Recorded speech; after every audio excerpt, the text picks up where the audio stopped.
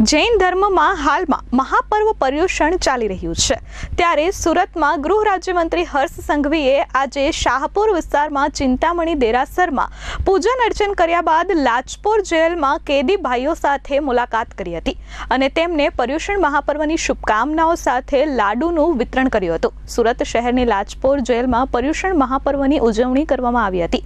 આ સાથે લાજપોર જેલમાં ગૃહમંત્રીએ પારણા ઝુલાવ્યા હતા।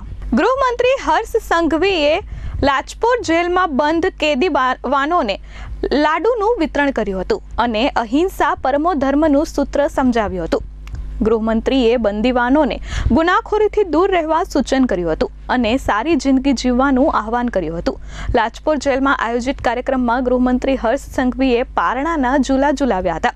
ભગવાન મહાવીર સ્વામીના જન્મનું વાંચન નિમિત્તે પારણું ઝૂલવાનો કાર્યક્રમ યોજાયો હતો। જૈન ધર્મમાં 8 દિવસના પર્યુષણના મહાપર્વને લઈ વિવિધ આયોજનો જૈન ધર્મ દ્વારા કરવામાં આવે છે। Bureau report S24 news Surat.